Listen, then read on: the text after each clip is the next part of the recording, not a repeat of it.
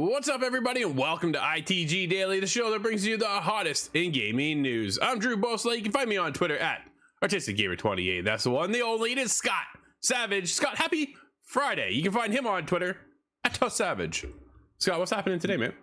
Oh, heading right into Friday, and I'm having some technical issues.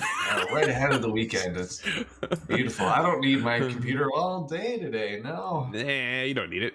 What for? Oh, it'll be fine. Well, at least you're hanging out with us just like everybody else can be. But dude, before we get to that, let's get to our friends over at Covenant House Toronto with the main mission. It's the ultimate Easter egg, a streaming campaign like no other, a mission with the goal to change lives in real life. I challenge you to join me on the main mission, a charity stream campaign to raise funds for Covenant House. From March 7th to April 1st, we welcome everyone to join this fundraising mission to benefit youth who are homeless, trafficked, or at risk. The campaign will feature prizes, giveaways, and big surprises. And on April 2nd, we join forces with some of the biggest content creators and gamers to raise maximum funds. Help us change the game. Can we count you in?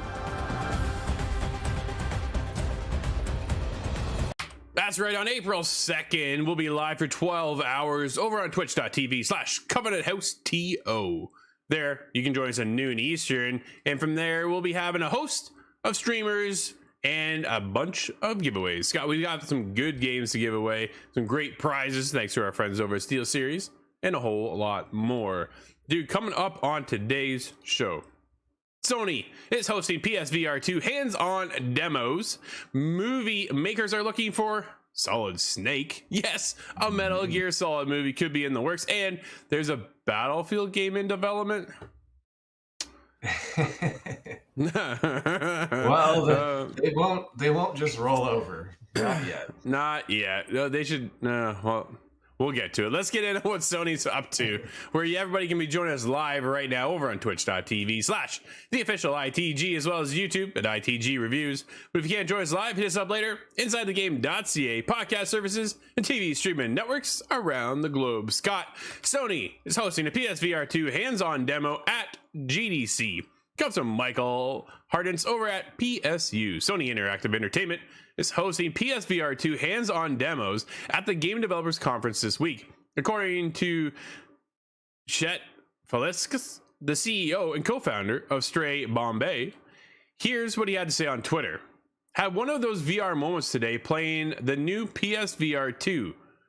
You know where the world just feels different when you return? So good. Thanks, Josep and Greg Rice, for the demo and chat. We already know that major PSVR2 presentation is being hosted at GDC 2022, so it makes sense that a few hands-on sessions, albeit developers, would be taking place. It does make a lot of sense. Scott, how pumped are you for the next PSVR headset? Oh, I really like the look of it, so I want to see the technology kind of backed up.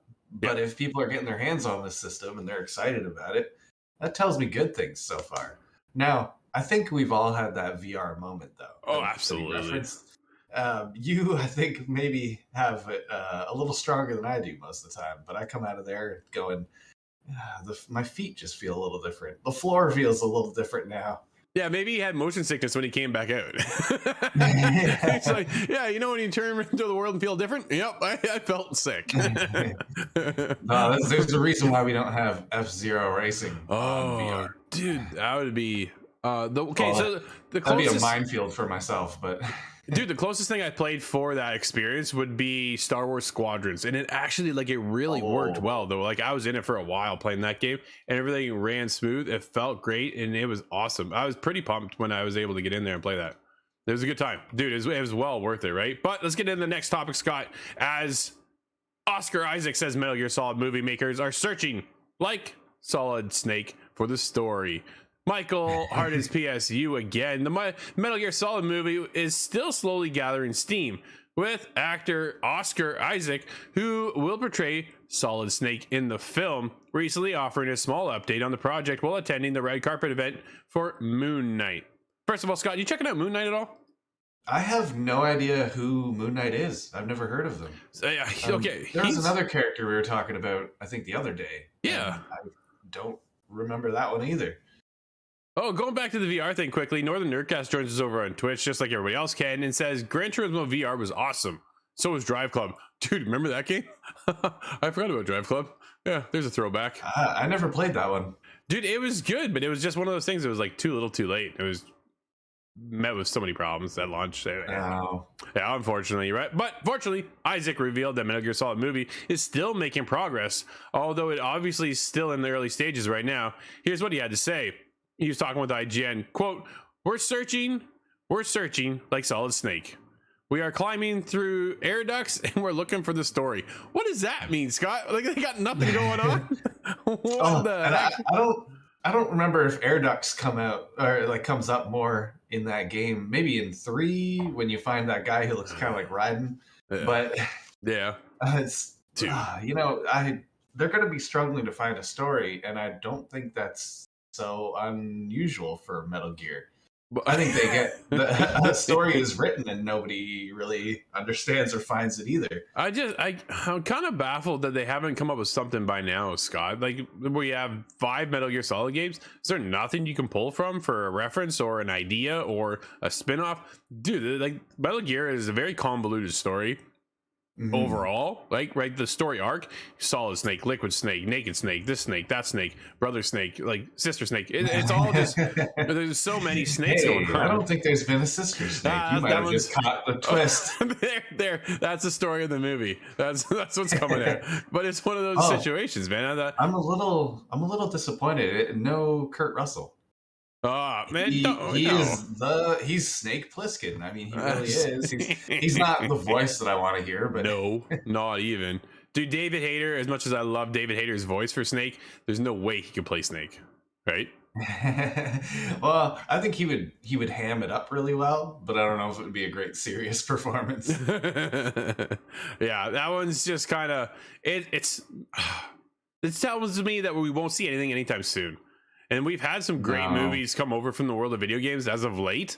And man, I really love to see this. If they can time this up with another Metal Gear game, Scott, dude, that's right. You launched those side by side, dude. You were in for one heck of a year then for Metal Gear, because we're all hammering for a new one.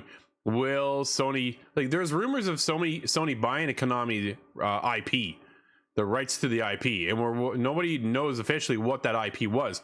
A lot of us are speculating Silent Hill. A lot of us are speculating Metal Gear Solid, right? Like, there's a lot on the opportunity field here. And by the sounds of things, the movie's not anywhere near being done, which then could line up with the actual game whenever that releases in 6 years. Yeah. Stepsister Snake, what are you doing in the washing machine?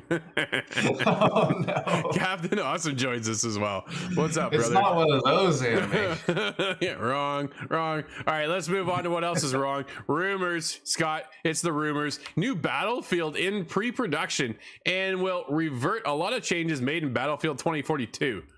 Really? Yeah, that list is 9 pages long. It's perhaps one of the longest list of changes you can make. Man, DICE is working on a new Battlefield title and currently in the pre-production stage, according to insider Tom Henderson. Citing an inside source, the development team behind Battlefield 2042 will have reportedly earned valuable lessons from the game, which is reportedly being described, quote, as a mess internally. No kidding. Like, seriously. Yeah, really. Oh, man. It continues on. Scott, we have more. Quote, I think we'll be reverting a lot of the changes we made in Battlefield 2042, end quote, the source said. Henderson speculates that the comment could pertain to 128 player count and specialists featured in 2042, which players have not responded warmly towards. Yeah, Scott, you got a lot to say about this. We have a couple more things, though. Hang tight, because we could be here a while. In addition, a former DICE developer has said that the next installment in the franchise was nearly going to be, quote, a hero shooter, end quote, with the mercenaries in place of specialists. However, these plans are believed to have been changed, with feedback and playtest sessions focusing on Battlefield 2042's class system. While further details regarding the new Battlefield game are under wraps, it is believed it will adapt a modern / near futuristic setting. Before that, however, DICE is still lined up to release 4 specialists and 4 battle passes for Battlefield 2042. Oh man. Scott. The battle pass is something that I don't get excited for anymore. And in the case of Battlefield, what are they going to give me that's going to be of any value in Battlefield? Because it's all just a big mess. When I look at the problems in Battlefield, I don't think 128 players is the issue. I don't think so either. Some technical issues back on the back end that I'm sure they're able to fix. How long ago did MAG come out? That was on PS3. Oh my goodness, dude! What was that? 64 players per team, wasn't it? Yeah, I believe that was 128 in one game, and they found a way to make it work. And that was way back then.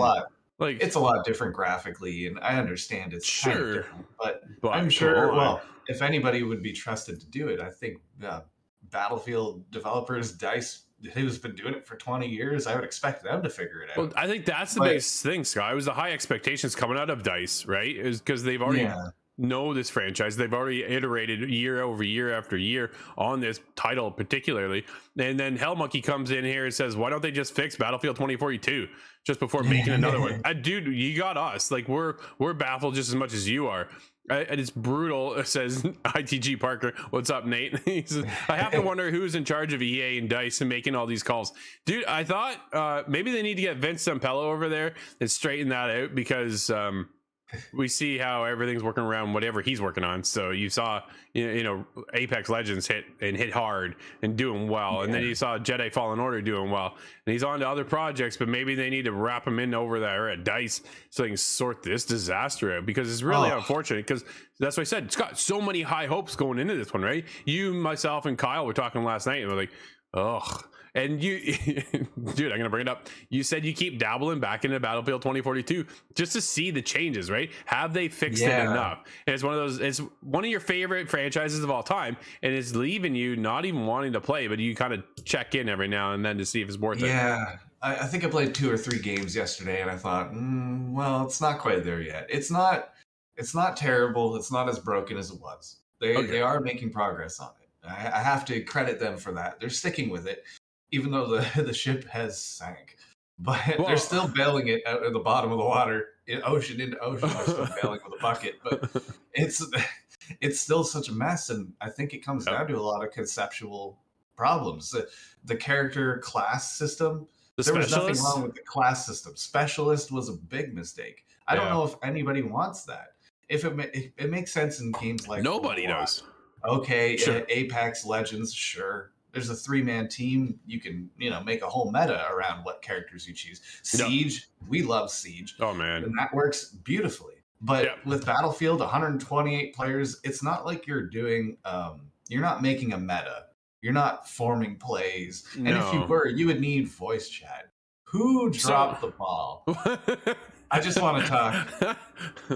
That's a good point, man. Right? I want to be able to talk to my team. Oh, I can't do that. Like, what the heck? You know what they should do? Honestly, they should take a look at Team 17 and Hell Let Loose.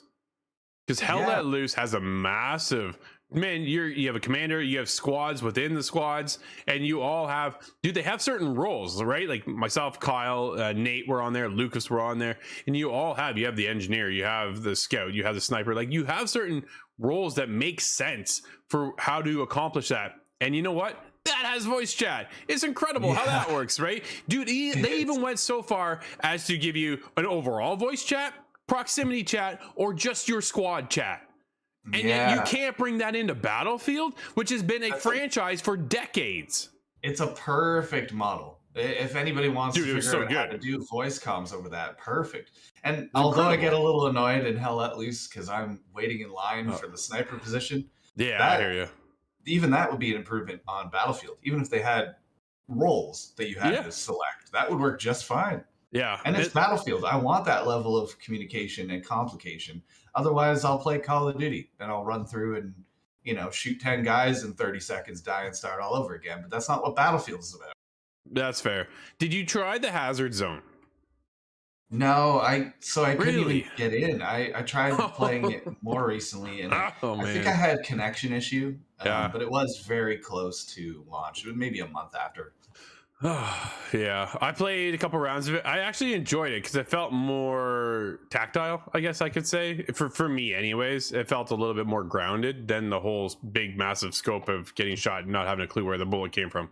So yeah, walking across the entire landmass of buried and then getting shot. Exactly. Yeah. Hang on. Does Battlefield 2042 still not have voice chat? No, Hell Monkey, it doesn't. No, it doesn't. No. It's almost like they're gonna address something completely secondary to the point. It's almost like Nintendo is leading the updates here. It's just, and that pains me to say as a negative thing, but oh boy, it's obviously if they're working on the next Battlefield, to me that they've just washed their hands of this. Yeah, they have stuff lined up that's supposed to be coming to try and keep this community alive. At this point, dude, they might as well just pack it in and move straight into the next one and work full head development on that one, right? I feel bad for whatever teammates are left working on 2042. Like it's just it's got to be the interns at this point. Like it's not good. It is not good. Scott, something that's been on discussion for a long time is coming out of FIFA to be rebranded as EA Sports FC, according to Insider. This comes from Joshua Robertson's over at The Gamer. The future of FIFA series has been under the spotlight in recent months as EA is reportedly pretty sick of having to pay the license. This is the biggest thing, right, Scott, is that they have to pay for this FIFA license and they don't want to anymore. They want to be, because they don't make enough apparently off of FIFA. Yeah, that sounds insane. I think FIFA has one of the biggest income generating franchises ever. Absolutely. It was reported that EA CEO Andrew Wilson spoke with employees last year regarding the brand, claiming that it has, quote, impending, end quote, the series as a whole. With EA seemingly ready to ditch the FIFA brand, many questions were raised as to what the publisher's high-profile football series would be called next. Turns out, we might have an answer. Industry insider Jeff Grubb has claimed in his Grub Snacks show that rather than paying billions of dollars for a name, EA is simply going to rebrand the series as EA Sports Football Club, or EA Sports FC for short. How long has the FIFA brand been going? At least 20 years. It's been going forever. Even before then, likely, but I just can't remember because I was 10 years old. But I think they could go on their own merit now. I don't think they need that FIFA name. Yeah. But it does kind of raise a little bit of concern. If you're just a consumer, you're not up to date on why they're changing the name. You might think it's a knockoff. And where's FIFA? I'm still waiting for FIFA. Yes, because what company did FIFA Street? That was EA. That's EA. That was EA. Oh, yeah, okay. Because they had EA Big, right? So they had the big studios, and they did all those like hyper over the top games. So they did FIFA. They did, I believe, basketball or something else. They did a couple. High-end hockey, I think they did as well. So Hell Monkey says billions of dollars aren't enough. Laugh out loud. Apparently not. Oh. So, but you raise a good point though, Scott. Not everybody who's so ingrained within the game industry is going to catch on that EA's changed their branding, right? For those who just pick up FIFA every year and then maybe a Call of Duty or one or two games a year, maybe even three, they're not so heavily invested. So all of a sudden now you get EA Sports Club and like, what the heck is that? Where's FIFA? And maybe they lose a little bit until they can get that back around. Northern Nerdcast helps me out and says NFL, NHL Street. Thanks there, brother. I knew it was something like that. So yeah, they had the big studios. They shut that down. And now they're looking to get rid of FIFA, which could save them a lot of money. I get they pay for that branding, but I wonder if it's worth the while then to lose some of that branding at all, Scott, because it is such a high profile. Well, I don't think they're allowed to put on the box formerly FIFA. No. Although that might achieve the same feeling. Yeah, no, for sure. Scott, let's get into Netflix buys another mobile developer, Boss Fight Entertainment. Comes from Marcus Stewart over at Game Informer. Netflix has announced its acquisition of a third video game studio in mobile developers, Boss Fight Entertainment, according to the New York Times. Boss Fight Entertainment is based in Allen, Texas, but boasts 130 employees across studios in Austin and Seattle. One of the biggest titles is their strategy RPG Dungeon Boss. So here we go again, Scott. Netflix buying up another developer, getting heavily invested in the realm of mobile, They said that their whole strategy was to bring over mobile into the Netflix platform, which still baffles my mind that they don't want to get into the world of consoles, right? They don't want to get into the, maybe it's a race they don't feel like they want to even compete with, but yet can own it because you have, let's take a look. Like, honestly, right now you have Project X Cloud, or whatever you want to call it. I call it Project X Cloud, dude. It's Rogers Center, Skydome, right? It's one of those things. You know what they're going to rename that? What? Oh no, wait, no, sorry. I'm thinking more local. Barry. Oh, okay. One of the real estate agents in town is changing the Molson Park Center, so that's changing again. Come on, really? Either way, but you get into Stadia, you get into Nvidia, right? You got their GeForce Now stuff and all their kind of their live service. You're getting Xbox doing their thing. PlayStation is in the realm of whatever they're about to launch. Maybe they don't feel like they want to compete on that level. Let's capitalize on what is basically the biggest video game portion around is mobile. Like, as much as we all are here for, you know, the big console releases and those big heavy hitting games and then some of the smash hit indies, we love all that stuff. But really, it's the mobile industry that is outpacing what we play on a daily basis, Scott. Yeah, it's just huge amount of money. So even if Netflix is going to not enter the video game space in a huge capacity, buckle down and put the money to it, they're still going to just pull a piece of that pie. Yep, absolutely. Scott, I wanted, before we get going, because we are getting close to the end of the show, like we always seem to ramble. Well, it is what we do here. But dude, Halo TV series. This comes straight from an email from the Halo Waypoint members.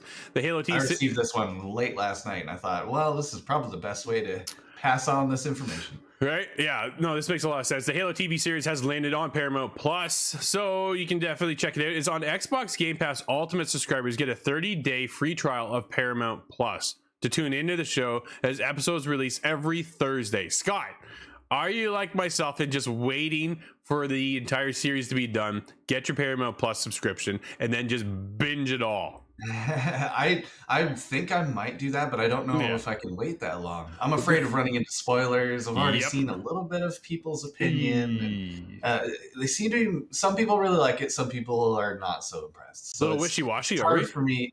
Yeah, it's not any one person's mixed opinion. So it kind of makes me think, well, you'll either like it or you won't. But I want to get in there. I just not sure how to do it the proper way. This might be what I need to do to just get the next 4 episodes in. I think they've dropped 2 already. So that might get me halfway through the season.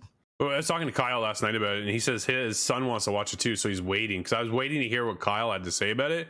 So I kind of go from there. Like, do we jump in and just wait each week, or do we just binge it? Because we're pretty good at binging stuff, and just I'd rather watch it all at once. You watch. The problem is, man, you watch one episode, right, and then you get hooked. You're like, oh man, I got a whole week to wait. Are you kidding me?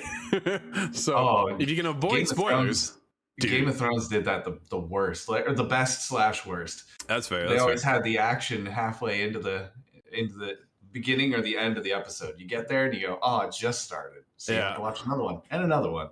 Scott, is your computer back up and running properly? No, in fact, it still is 10:59 on my clock and 11:03 on the other. Well, then I understand what's happening. If you don't hear from me tomorrow or next week, well, it was a good run. All right. Well, we do have some game announcements. The time I have left, which has made its debut last night during the Future Games Spring Showcase. In this escape adventure, you'll take the role of A-Line, who will have 6 real-time hours to escape the mysterious complex known as Colony 7. Taking an inspiration from PS1 era adventure games, it features turn-based RPG elements and a killer aesthetic, which is due to release 2023. It actually looks kind of cool. It looks weird, I'm gonna be honest. But Scott, we do have a couple game releases today as well. It's a heavy-hitting day, man. Ghostwire Tokyo is out on PlayStation 5 and PC. Tiny Tina's Wonderlands is out on PS4, PS5, Xbox One, Series X and S, and PC. And lastly, Scott, what you've been waiting for is Kirby Forgotten Land out on Switch. And that's going to wrap up today's show, everybody. Thank you for hanging out with us. This has been ITG Daily, the show that brings you the hottest in gaming news.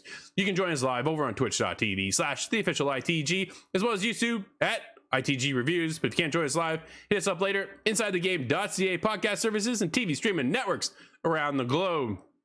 Scott, it's the weekend. Everybody, enjoy your weekend. We'll see you back on Monday. I'm Drew. That's Scott. We'll see you inside the game.